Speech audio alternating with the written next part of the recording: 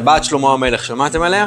שלמה המלך בא לחכמים שלו, אני רוצה שתכינו לי טבעת, כשהלב שלי מתפוצץ משמחה אני אשאר צנוע, וכשאני מרוסק מעצב, תעזור לי לא לאבד תקווה. אז החכמים שלו עושים לו טבעת שעליה כתוב, גם זה יעבור.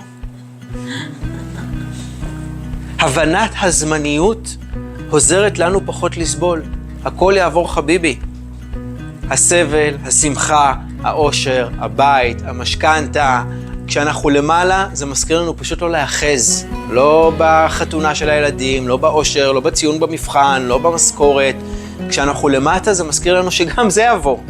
אנחנו כל הזמן גלגל הזמניות, חורף, קיץ, סתיו, אביב, למעלה, למטה, הרנסנס, ימי ביניים, אלה החיים. וזה שאנחנו רוצים כל הזמן רק אור, רק טוב, רק בלי מלחמות, רק בלי מיסים, רק שאני אהיה עם אינטימיות בזוגיות עד 120, רק... לא. כל הזמן הדברים יזוזו.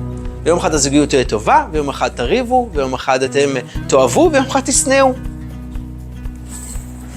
מה לעשות?